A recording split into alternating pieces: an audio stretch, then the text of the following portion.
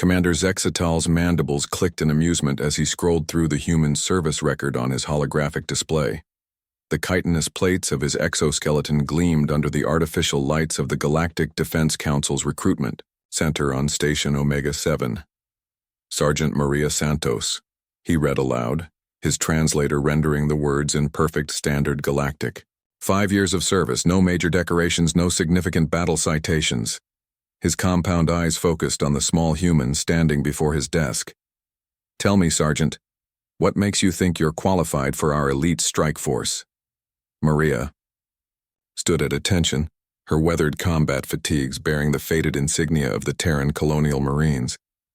At 5'6", she barely reached the chest of most species in the galactic military, and her plain appearance seemed unremarkable compared to the towering Krillian warriors or the heavily armored Vorthax soldiers that typically filled these halls.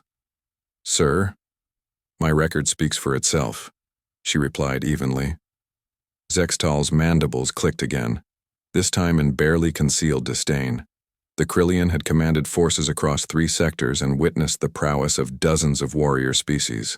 These humans, newcomers to the galactic stage, seemed to overestimate their capabilities based on a few minor skirmishes with pirates. Your record is modest, he said, leaning back in his specially designed chair. 3 minor engagements with Reaper pirates. 1 defensive action during the Kepler colony incident. Hardly the resume we expect from candidates for Operation Crimson Dawn. The operation was the Council's most ambitious military action, a surgical strike against the Void Syndicate's fortress world of Tartarus Prime. Only the galaxy's most elite warriors had been selected, beings whose combat records spanned decades and whose kill counts numbered in the thousands. Perhaps you'd be better suited for logistics or communications, Zextal continued. Leave the real fighting to those bred for it. Maria's jaw tightened almost imperceptibly. Commander, with respect, you're looking at sanitized reports.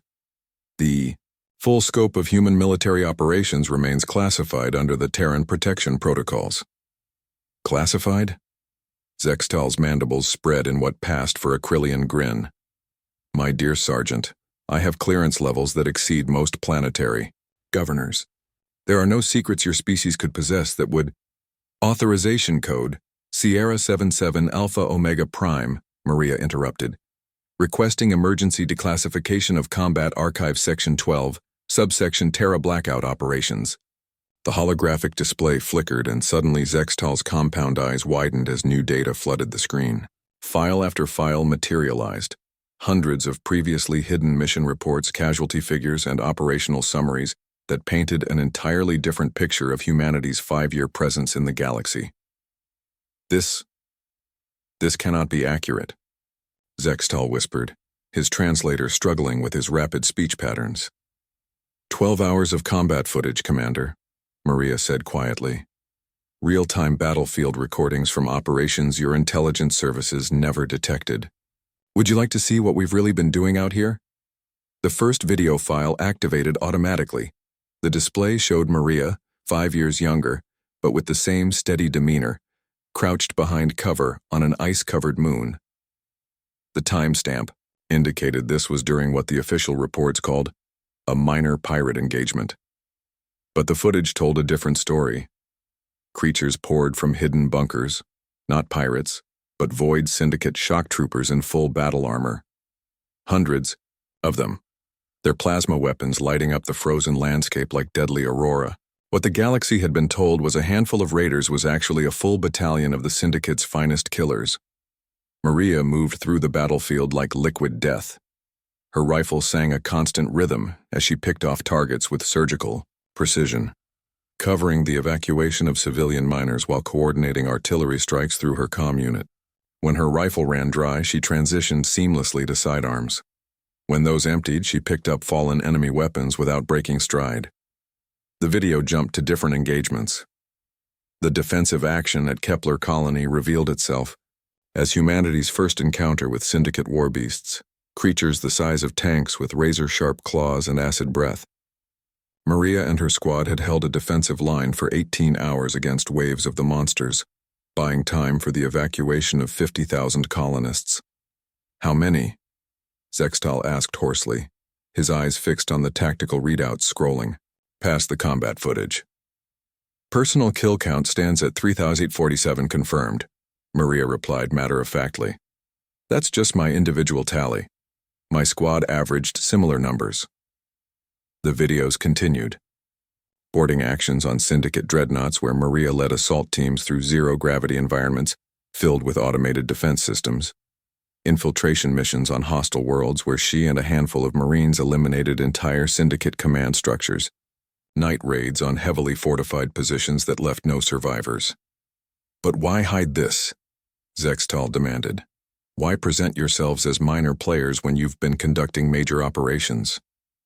Because we learned something your species apparently never did, Maria said, her voice carrying a weight that made the massive Krillian commander unconsciously lean back.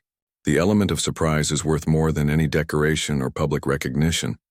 While you've been parading your warriors' achievements across the galaxy, we've been systematically dismantling the Syndicate's infrastructure piece by piece. The final video showed Operation Ghost Protocol, humanity's response to the Syndicate's attack on New Geneva.